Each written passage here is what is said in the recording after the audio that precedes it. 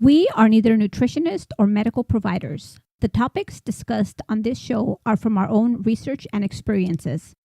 Please consult your medical provider before attempting anything discussed on this show.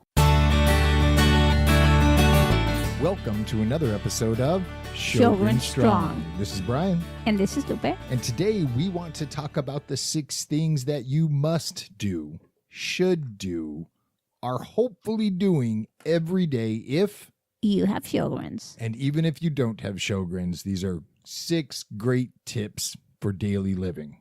Number 1, meds. If you are prescribed meds, take your meds as prescribed. Yes, take your meds. When I get up in the morning, there's one medication that I need to take on an empty stomach, which is Synthroid for your thyroid. I have to take it on an empty stomach, so I keep it in the restroom, and first thing when I walk in the restroom, I grab that and take it.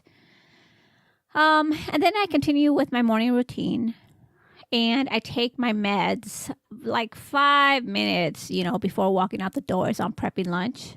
And when she says prepping lunch, she means putting the stuff I'm prepping for her in her lunch bag. Why you gotta out me like that? But that's when she takes her morning meds. We're both in the kitchen and she gets it done while the lunch fairy is prepping her lunch. You know what? The lunch fairy, the dishwasher fairy. I don't know if you guys have a fairy like that, but I love my fairy. So your evening meds isn't as routine as your morning med regimen. Walk us through your evening.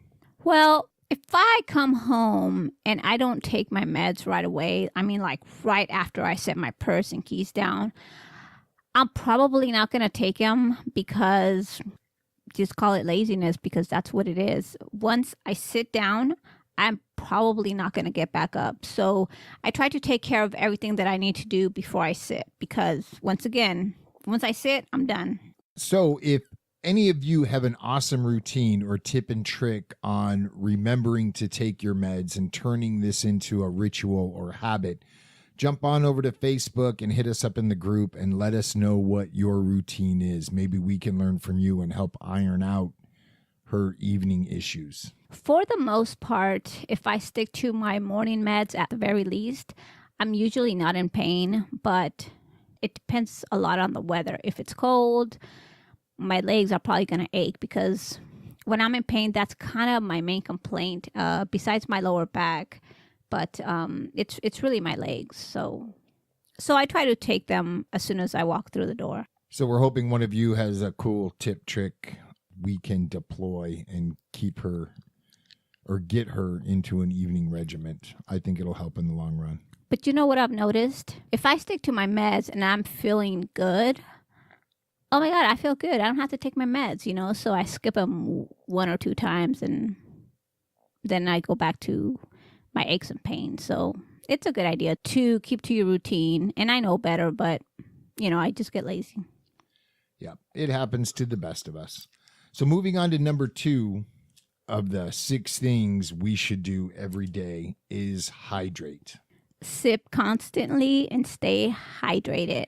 Carry that bottle of water with you everywhere you go. Small bottle in your purse, or we keep a case of water in the Jeep all the time.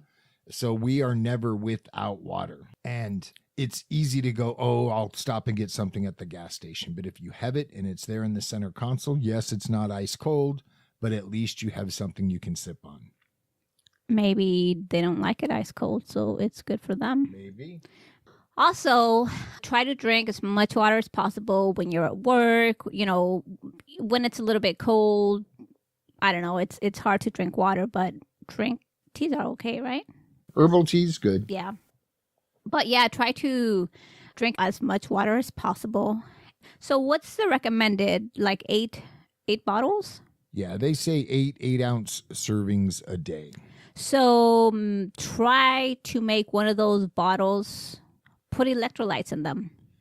Definitely. If you're drinking nothing but water and you're not getting electrolytes and minerals anywhere else, you'll actually deplete or process out of your body electrolytes you need. So we try to make it a habit of 7 8-ounce servings of water and a Gatorade or a Powerade or something with electrolytes in it. And how do you know if you're not drinking enough water? Well, we pay attention to our urine output. Yeah. So if your urine is clear to almost clear, you're doing a really good job. The darker it is, the worse you're doing. And you know what? A lot of people think that urine should be yellow. And I've actually had this conversation with several people. And they're like, what are you talking about? Urine shouldn't be clear. It should be yellow. And I'm like, nope, that's where you're wrong. So that means they're not getting enough water. But I don't know why they believe that. I think it goes back to the whole yellow snow.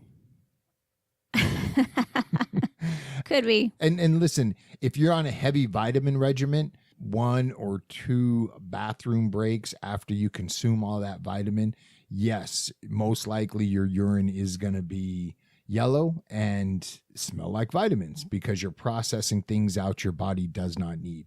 So don't let that alarm you to your level of hydration. But throughout the day, keep an eye on the color and make sure that you're staying at some acceptable level of clear to almost clear. We're all adults. We've all been urinating for years. You know, we've experienced different colors and smells of our own urine. And we know if we're on point, if we're hydrating, if we're eating properly, our urine isn't as dark or as scented as other times when we're not. I mean, you go out drinking to a bar that next morning, not a good thing. And I think we've talked about urine enough. Why? Don't you love the subject? I'm yearning to move on. Okay, moving on. Eating healthy. This episode, we're not going to focus on what eating healthy is. Again, we're all adults. We know what eating healthy is. We know when we're picking something up and putting it in our bodies that we should not be consuming. But do your best. Again, 5% better today than yesterday. If you consistently improve by 5%, pretty soon you're going to be on a rock solid diet. Junk in, junk out. If you put junk in your body, you're going to feel like crap, you know, and you know when you start feeling sluggish and your brain is not as sharp as it could be when you eat healthy. So, I mean, we all know. So try to eat a lot of greens, veggies, salad, that kind of stuff. And also, sometimes I find myself eating kind of junk when I'm bored. And I think that happens to all of us. So if you're bored, try not to eat junk food. Try to do other things. Find a healthy snack, carrot sticks, celery, something you can have handy, ready, easy, and that you enjoy. And just remember, you know when you're putting something into your body that it doesn't need or shouldn't have. And if you're eating it because it makes you feel good or you're satisfying taste buds rather than eating healthy, that's something you need to deal with. And again, slowly cut out. 5% better today than yesterday. Well, taste buds doesn't really work for me because I think I lost a lot of my sense of taste. So I think probably sometimes I try eating different things to see if I can taste it and I can't. So it's funny. I like onions, so I like to cook with onion. And she always tells me don't eat onion. But we actually went to an all-you-can-eat salad bar today, and there was onion rings. And she likes onion rings, but doesn't like onion. That's not weird. My brother's the same way. I mean, it doesn't taste like onion when you eat them in onion rings. Then I'll say you and your brother are weird. You're weird. We're taking our meds and we're feeling good. We're properly hydrated. We're eating healthy. That takes us to number 4 on this list of 6 things we should be doing every day. Exercising, everybody's favorite thing to do. As you've learned, we've been doing Autoimmune Strong, and the stretching is phenomenal. And it really is working out kinks, and the foam rolling is getting better and better. And we are working on adding more exercise to our routine. So upping the walks. 5 minutes a day. That's all you got to start with. 5 minutes a day. Look, they recommend 10,000 steps a day. For us, 10,000 steps is roughly 4 miles. Okay. So if that seems just unreachable to you, make it 1 mile, make it half a mile, but add to that every day. Even if it's 1/10 of a mile, I'm going to walk half a mile today. Tomorrow, I'm going to walk 6/10 of a mile. Just add to it and build upon it. Make it 500 steps, make it 750 steps, whatever you can. And then the following day, add 25 more steps, and 25 steps seems like it's a lot, but it really isn't. It's from like your bedroom to the kitchen, if that. And maybe you're not in a position to start with walking. Start a stretching routine. Get on the floor. You don't need a mat. You don't need a foam roller. Get on the floor and stretch your muscles out. Maybe that's a good place to start for you. And if you can get 3 minutes of good stretching in, awesome. Tomorrow, make it 3.5 or 4. There's some stretching or some kind of yoga exercise stretching that you could do in bed. So, yep, a lot of people have commented on some of our social media posts how the first thing they do when their eyes open in the morning is bed yoga. And if you work behind a desk, there's a lot of exercises that you could do to stretch as well, including stretching your toes, just everything. Find an acceptable level to start and build upon that. And very important, do not push yourself too hard, because that is going to put you into flare. You're not going to want to exercise because you got too tired. So pace yourself. Speaking of that, I wanted to comment on something. A couple of weekends ago, I pushed myself really hard. I went on a 5-mile hike on a Saturday, and then the following day, I rode 25 miles with a friend. And Brian advised against it, and I'm like, what do you know? I know my body. I know I'm going to kill this. And what happened?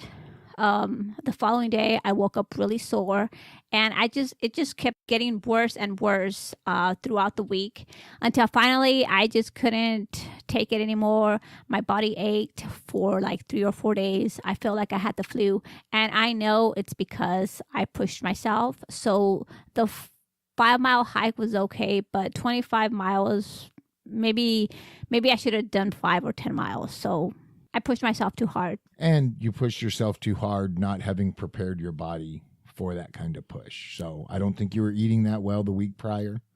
And I don't recall you taking your meds twice a day that week prior. You don't see me all the time when I take my meds. And I haven't been sleeping well. Finally, I'm kind of getting back to normal now. Yeah, that's definitely one of the things. Do not push too hard. If it hurts, don't do it. A lot of people say, I need to exercise. I need to push myself. It hurts. It hurts. If it hurts, don't do it. Because of the Sjogren's diagnosis and how your body is behaving, going to the gym and pushing yourself as hard as we once did in our youth isn't a great option any longer. So talk to your doctor. Work out something that works for you. You know your body best. Listen to it. Absolutely. Moving on to number 5. Number 5 is exercising the mind. And listen, we're not going to spend a lot of time on this. We actually spoke about this a couple episodes ago. Get into a community class. Hit your community college up. Take a class you're passionate about or something you've always wanted to learn or do. Sudoku, crossword puzzles. I've been taking a class since January, and we're in March. So for 2 months, I've been in school twice a week, and I can't even describe it. I'm just really excited because it's a class that I really love. I'm really passionate about. I'm just eager to go to school, and I've noticed that my mind hasn't been as foggy. I'm actually really sharp. I'm using words that I haven't used in a long time, and why is that? Because I'm exercising that muscle that I haven't really used in a long time. It's like, riding a bike or walking. You're strengthening your muscle.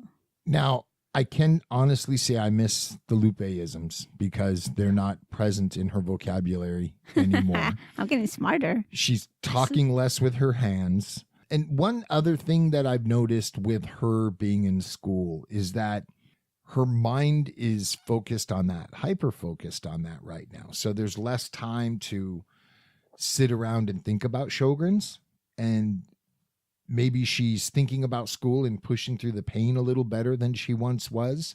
But Find something to keep your mind occupied. Again, as simple as Sudoku or a crossword in your newspaper, or hit Barnes and Noble and buy a small book on Sudoku for $2-3. And again, work this into your routine. 10 minutes a day, 20 minutes a day, 30 minutes a day, whatever you can do. Don't go to Barnes and Noble for a Sudoku book because they're going to be expensive there. Go to Walmart, Target. So yes, but I mean, you don't have to sign up for a class. You know, classes are pretty expensive, but just do something. You know, you could do something online. You could do games online, whatever. Just something that occupies your mind, that gets you thinking, that you're focused on something that you love. Don't make it a math class if you don't love math, you know, make it something good. For those of you that are on LinkedIn, if you're a premium member on LinkedIn, it comes with LinkedIn Learning, which used to be lynda.com. There's tons of classes there.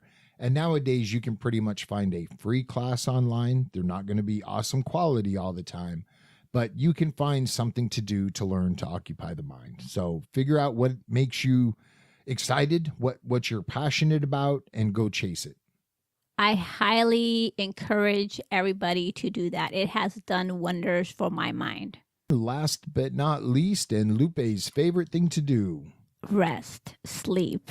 She sleeps like a champ. Woo! I think I could sleep on demand, actually.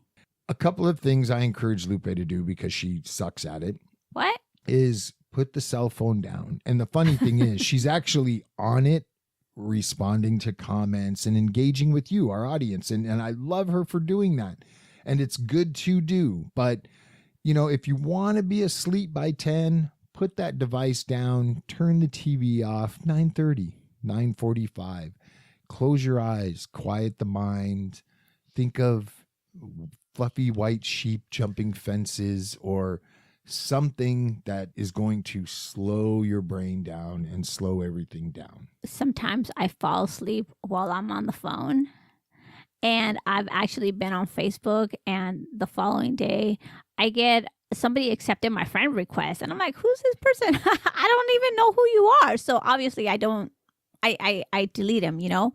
But what I'm trying to say is the phone doesn't keep me up most of the time, because if I'm tired, I'm going to fall asleep while I'm scrolling. And on that note, if we've sent you a friend request, you've accepted it, and then we've deleted you, please let us know. Nothing personal.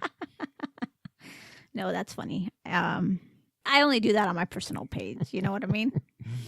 But anyways, I find that the lights don't really bother me. If I'm done, if I'm tired, I'm tired. I'm just going to fall asleep. I don't care if I'm at a concert. I fall asleep.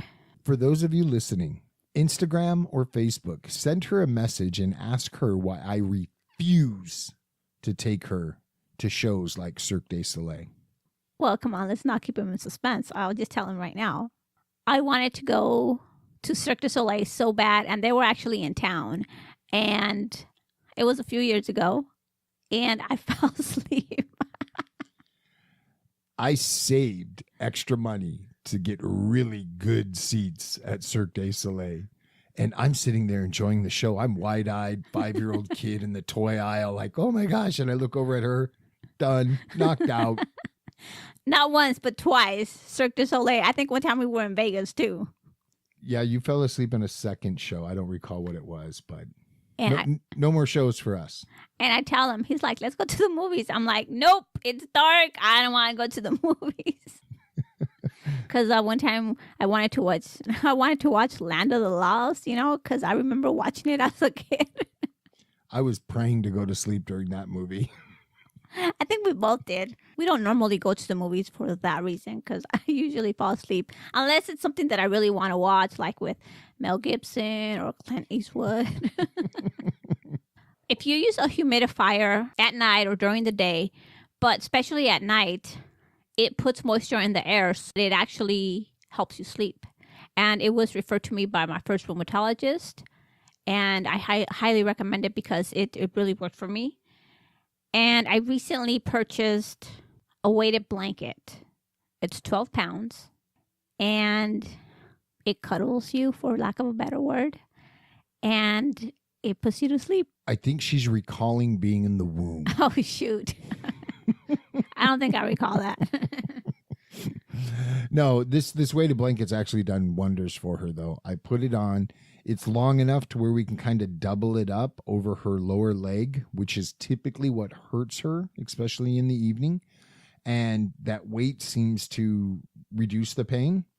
But because it's weighted, it does kind of cuddle you. And I don't know, there's something relaxing about that. And it's been working pretty well. Sometimes when you drop something or the TV's too loud or, in the TV somebody falls or they shoot or something and the noise kind of startles you awake for a second. This blanket, I don't know, it's heavy, it cuddles you and you just don't wake up.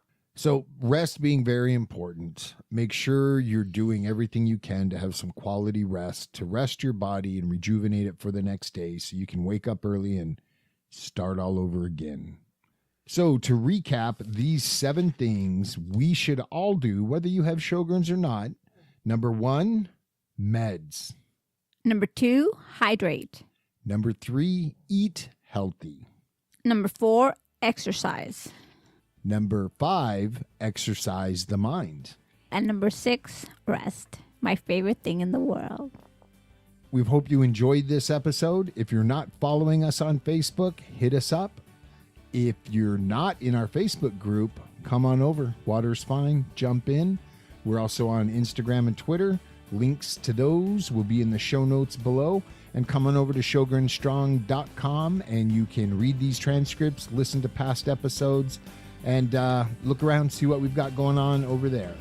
At the very least, focus on these 6 goals every day. Set goals, work towards them. Once you've achieved those goals, reevaluate and set new challenging goals. Challenging but achievable. Until next time, sip constantly and stay hydrated.